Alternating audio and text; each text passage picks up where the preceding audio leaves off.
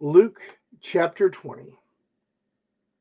One day, as Jesus was teaching the people in the temple courts and proclaiming the good news, the chief priests and the teachers of the law, together with the elders, came up to him. "Tell us by what authority you are doing these things," they said. "Who gave you this authority?"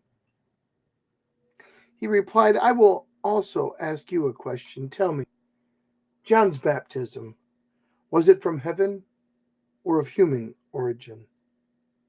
They discussed it among themselves and said, "If we say from heaven, he will ask, 'Why didn't you believe him?' But if we say of human origin, all the people will stone us because they all are persuaded that John was a prophet." So they answered, "We don't know where it came from." Jesus said, "Neither will I tell you by what authority I'm doing these things." He went on to tell the people this parable. A man planted a vineyard, rented it to some farmers, and went away for a long time. At harvest time, he sent the servant to the tenants so they would give him some of the fruit of the vineyard. But the tenants beat him and sent him away empty-handed. He sent another servant, but that one also they beat and treated shamefully and sent away empty-handed. He sent still a third, and they wounded him and threw him out.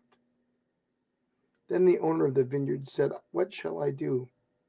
I will send my son, whom I love. Perhaps they will respect him." But when the tenants saw him, they talked over the matter. "This is the heir," they said. "Let's kill him, and the inheritance will be ours." So they threw him out of the vineyard and killed him. What then will the owner of the vineyard do to them? He will come and kill those tenants and give the vineyard to others. When the people heard this, they said, "God forbid." Jesus looked directly at them and asked, "Then what is the meaning of that which is written?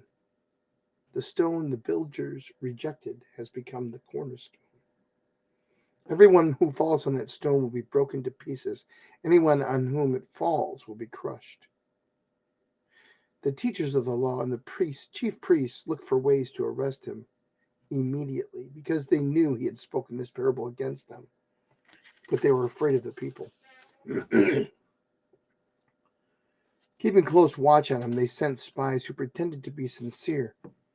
They hoped to catch Jesus in something he said so that they might hand him over to the power and authority of the governor.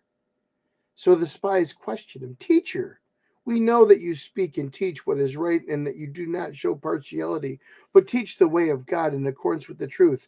Is it right for us to pay taxes to Caesar or not?"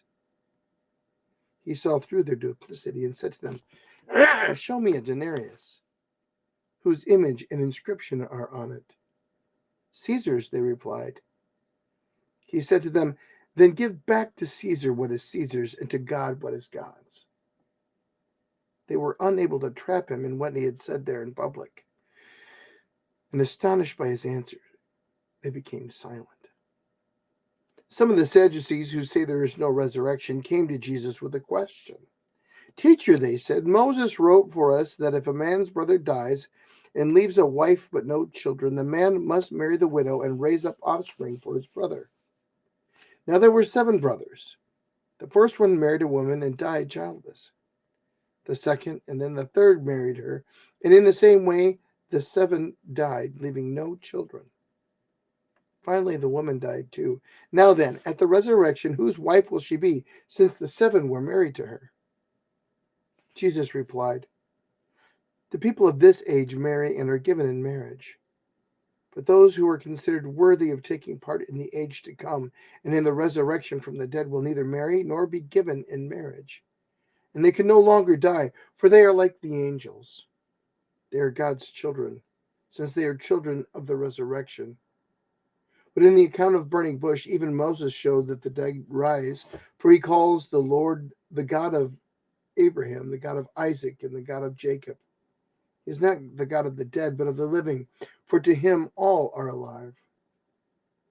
Some of the teachers of the law responded, "Well said, teacher," and no one dared ask him any more questions. Then Jesus said to them, "Why is it that the Messiah is the son of David? David declares in the book of Psalms, 'The Lord said to my Lord, sit at my right hand until I make your enemies a footstool for your feet.' David calls him Lord. How then can he be a son? While all the people were listening, Jesus said to his disciples, beware of the teachers of the law. They like to walk around in flowing robes and love to be greeted with respect in the marketplaces and have the most important seats in the synagogues and the places of honor at banquets. They devour widows' houses and for show make lengthy prayers. These men will be punished most severely. Luke chapter 20. The Word of God for the people of God. Thanks be to God.